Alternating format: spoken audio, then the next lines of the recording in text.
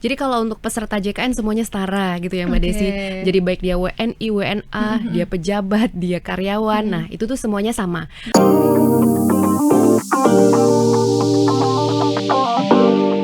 Halo Sobat JKN, kembali lagi dengan saya Desi Selviani dalam podcast Wansus Wawancara Khusus.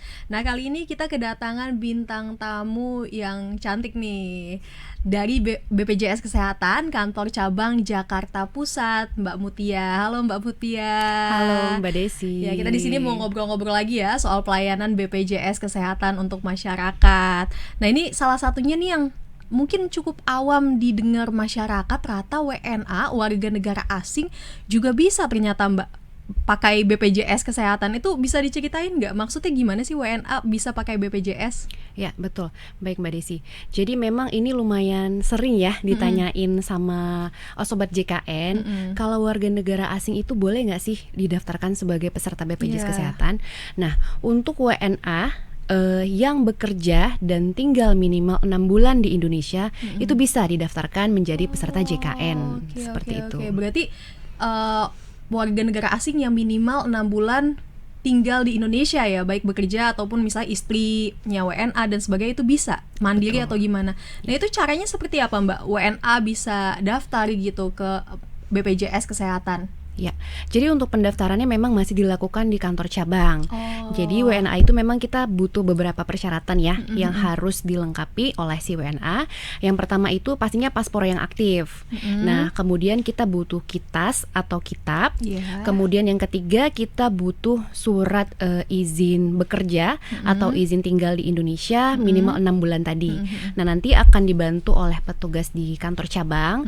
Nanti ada seperti inform consent atau persetujuan yang harus disetujui oleh peserta, seperti itu. Berarti cukup mempermudah juga ya untuk para WNA yang misalnya dia nikah dengan WNA, atau misalnya para pekerja WNA yang baru ke Indonesia, cuman harus ke kantor cabang BPJS tadi untuk mendaftar tadi ya. Betul. Nah, itu yang mendaftar itu boleh perusahaan kah atau WNA-nya sendiri secara mandiri atau seperti apa sih Mbak? Nah, jadi kan tadi ada WNA yang bekerja dan WNA yang tinggal gitu ya. Nah, kalau misalnya dia bekerja di perusahaan di Indonesia, itu sih sebenarnya harusnya sudah didaftarkan oleh pemberi kerjanya atau oleh perusahaannya tempat dia bekerja, didaftarkan sebagai pekerja penerima upah. Karena kan dia bekerja, berarti menerima gaji dari kantornya. Tapi kalau misalnya dia tidak bekerja di perusahaan gitu ya, jadi bekerja atas resikonya sendiri, dia itu bisa didaftarkan sebagai peserta mandiri kalau kita istilahnya, atau PBPU, pekerja bukan penerima upah. Nah, nanti untuk iurannya disesuaikan. Kalau yang tadi dari kantor, yang didaftarkan dari kantor itu berdasarkan gaji. Tapi kalau yang mandiri itu nanti disamakan dengan peserta JKN lokal ya, atau peserta Indonesia. Jadi ada kelas 1, kelas 2, kelas 3, nanti disesuaikan dengan kemampuannya. Gitu. Berarti kalau misalnya yang mandiri tadi itu bisa mengikuti dari harga yang iuran kelas 1, kelas 2, kelas 3 tadi itu ya Bu? Betul ya, Mbak Desi. Oke. Nah, ini kalau misalnya peserta mandiri di BPJS Kesehatan yang WNA tadi itu berarti sama ya prosesnya, alurnya, syaratnya datang ke kantor cabang BPJS Kesehatan? Betul, kalau untuk yang mandiri pendaftarannya secara perorangan ya, secara mandiri datang ke kantor cabang Jakarta Pusat. Syaratnya tadi ya, paspornya harus aktif dan kelengkapan data itu. Nah, ini saya penasaran juga nih, WNA pakai BPJS itu, misal bule-bule atau Arab gitu kan pakai BPJS. Ini nanti kalau misalnya dia ke Vaskes kan tahapannya biasanya harus Vaskes tingkat 1 dulu, Vaskes tingkat 2. Nah, itu pelayanannya bakalan sama nggak sih yang diterima oleh para WNA itu? Ya, jadi kalau untuk peserta JKN semuanya setara gitu ya Mbak Desi.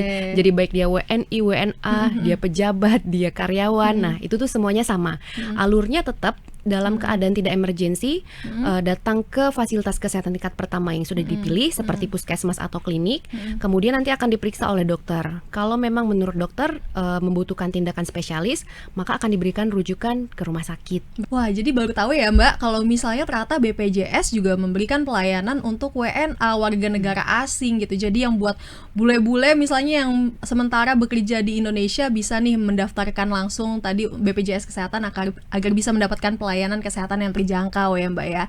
Nah ini kalau misalnya bulenya tiba-tiba atau WNA-nya tiba-tiba pergi lagi ke luar negeri, biasanya kan kontraknya habis, pulang dulu misalnya setahun. Nah agar iurannya tidak berjalan lagi tuh gimana Mbak untuk WNA yang sudah memiliki BPJS tadi? Ya, jadi WNA yang akan kembali ke negaranya itu boleh lapor lagi, nanti akan dinonaktifkan.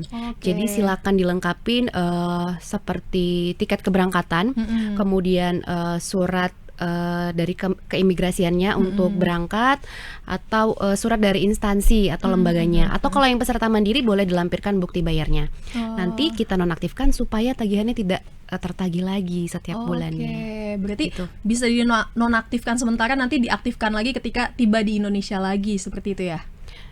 Kalau misalnya WNA kembali ke luar negeri, dia kalau dia akan kembali ke Indonesia, ya bisa diaktifkan lagi. Nah, kalau WNI nih Mbak, misalnya saya bekerja di luar negeri 5 tahun, itu bisa juga nggak ikut dinonaktifkan dulu nih kepesertaannya? Bisa. Agar tidak jalan. Gimana tuh Mbak caranya? Kurang lebih sama ya, serupa gitu persyaratannya. Kita butuh dokumen keberangkatan ke luar negerinya seperti visa, paspor, kemudian tiket keberangkatan. Nah, cuman kalau untuk WNI ini ada syarat tambahan ya, minimal 6 bulan tinggal di luar negeri itu boleh dinonaktifkan gitu. Berarti setelah 6 bulan itu ya? Tapi sebelum 6 bulan kalau misalnya mau dinonaktifkan bisa, karena kan kita ada tiketnya ya. Nah, sama biasanya juga di visa kelihatan ya dia keperluannya untuk apa ke luar negeri dan berapa lama. Nah, nanti dinonaktifkan berdasarkan itu. Nah, tapi kalau ternyata di tengah-tengah belum 6 bulan WNI ini kembali ke Indonesia dan mengaktifkan kembali status kepesertaannya. Nah, ini ada konsekuensi nih, karena tadi dia ternyata nggak sampai 6 bulan di luar negerinya. Nah, itu nanti jadi ketika dia melapor untuk pengaktifan, jadinya nih tagihannya tertagih sejak awal, karena kan dia belum lewat 6 bulan ya, seperti itu. Nah, berarti WNA bisa ya Mbak untuk ikut kepesertaan BPJS gitu, untuk kelas 1, kelas 2, kelas 3 sama saja seperti WNI pada umumnya gitu ya. Nah, tapi kalau saya bingung nih, kalau misalnya WNA membawa serta keluarganya, anak dan istri ke Indonesia misalnya, apakah anak istrinya juga bisa daftar kepesertaan BPJS? Ya, kalau misalnya tadi ya WNA-nya bekerja di Indonesia, nah kalau untuk berarti kan dia statusnya akan didaftarkan sebagai pekerja penerima upah.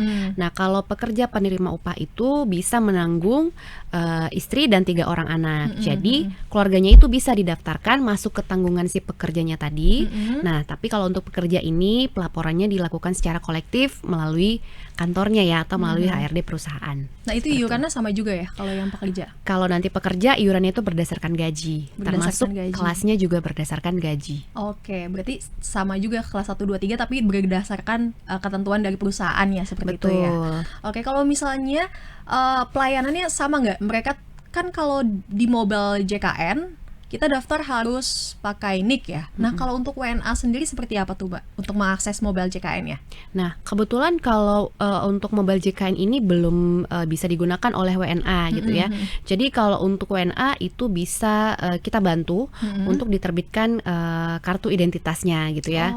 Seperti itu. Jadi kalau yang dari kantor itu pencetakannya bisa kolektif oleh tempat dia bekerja. Tapi kalau yang tadi WNA-nya yang daftar sebagai peserta mandiri, nah itu biasanya dibantu di kantor cabang, karena kan mereka nggak bisa akses mobile JKN nih. Kalau berobat mau pakai apa? Nah, kita bantu cetakan untuk kartu identitasnya. Jadi harus bawa kartu itu ya, tapi dibantu untuk dicetakkan itu ya. Iya. Oke, kalau gitu seru juga nih. Baru tahu juga saya kalau WNA ternyata bisa daftar BPJS kesehatan gitu kan, dan termasuk perusahaan juga bisa mendaftarkan karyawannya yang WNA untuk BPJS. Jadi mendapatkan pelayanan yang terjangkau lah, pelayanan kesehatan yang terjangkau gitu ya. Terima kasih Mbak Mutia, seru banget nih ngobrol-ngobrolin soal BPJS yang banyak kita nggak ketahuin ya, salah satunya pelayanan BPJS kesehatan untuk para WNA. Dan saksikan juga podcast-podcast dengan BPJS kesehatan lainnya bersama saya Desi Selviani, dan sampai jumpa. Terima kasih Mbak Muti. Terima kasih, sampai jumpa. Download Tribun X sekarang, menghadirkan lokal menjadi Indonesia.